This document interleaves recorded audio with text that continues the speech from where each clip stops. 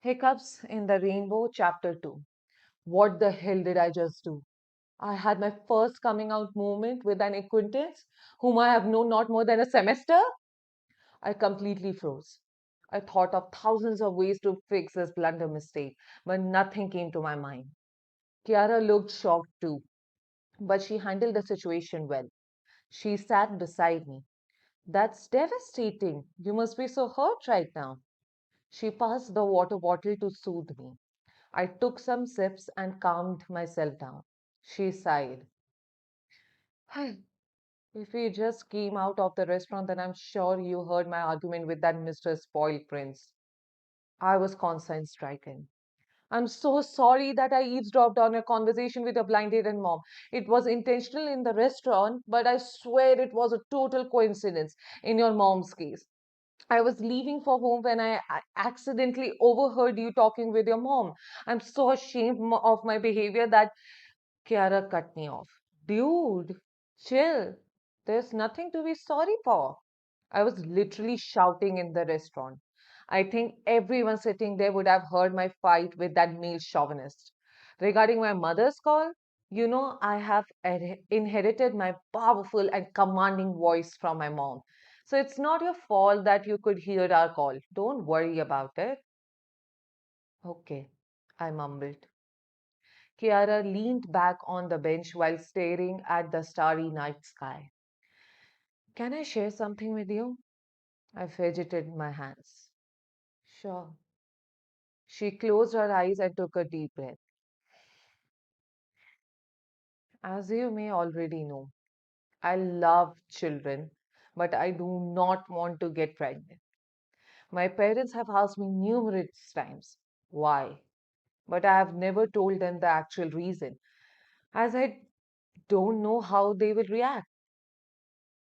After I was born, my parents wanted to have another kid. When I was 5 years old, my mom was pregnant with another child. When she was in her fourth month, she had a miscarriage. I still remember the doctor rushing her to the operation theater while my dad and I stayed in the waiting room, scared and anxious. Later, my mom had my little sister Aisha, and everything went back to normal. However, that incident was imprinted in my mind for a lifetime. Whenever I talked to my friends regarding this, they felt that I was overreacting. They believed that if I become pregnant once, I would forget all the fear. After such responses, I stopped telling people about it. Then why are you comfortable sharing it with me? I asked.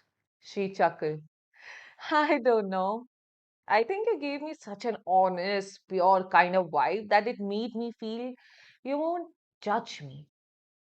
I was astonished by her frankness. She gave me the comfort that I was looking for the most at that moment. I sobbed. My boyfriend cheated on me. When we fought, I asked him why, and he replied that I couldn't give birth to a child. So he believed that he should get back with a woman and start a proper family.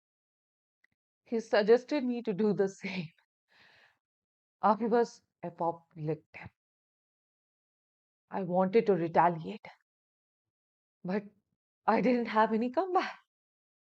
I knew he was making excuses, but I couldn't deny the reality that I could never give him a normal family. That day, I poured out all my emotions and thoughts that I couldn't share with anyone else. Kiara patiently waited for me to calm down. When I stopped whimpering, she said, I know I shouldn't say this when you just cried, but I can't control myself. Are you an idiot? What kind of ridiculous logic is that? I can't be with a man as we can't be married or can't have kids. Your gender is not the problem here. Cheating is cheating. And you not being able to conceive a child for him is no excuse for that. Your ex can't conceive a child for you too.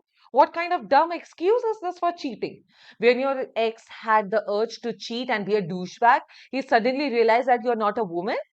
Did he know that you can't bear a child before he started dating you? Did he not take basic biology classes during his high school years?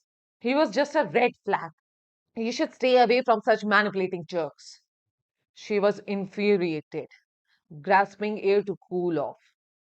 I was stunned by her honesty and lowered my head, processing everything she said. Kiara panicked. Are you crying? I'm so sorry. I said too much, didn't I? My mom shouts at me for the right things. I can never control my tongue in critical situations. Kiara's words gave me a whole new perspective on this breakup that I had never thought of. After a long second of silence, I raised my head and laughed. I see immense potential in you for becoming a professional rapper. I think you spoke more syllables per second than Eminem today and broke his record. By the way, you were very attentive in these biology classes of your high school, weren't you? Kiara was flustered for a moment and then she also started laughing. As a matter of fact, I think I was. I never knew my biology teacher's impact on me with her sex ed lectures. For the case of being a rapper, I think I can put it as my second choice of career line. If no one agrees to employ me after the completion of my MBA degree, you are doing a master's in law, right? If you also don't find a job, you can be my assistant and legal consultant simultaneously. I will give you a good salary. I chuckled. Seeing your talent, I think my future will be secured with you. That day marked the beginning of the beautiful friendship between Kiara and me.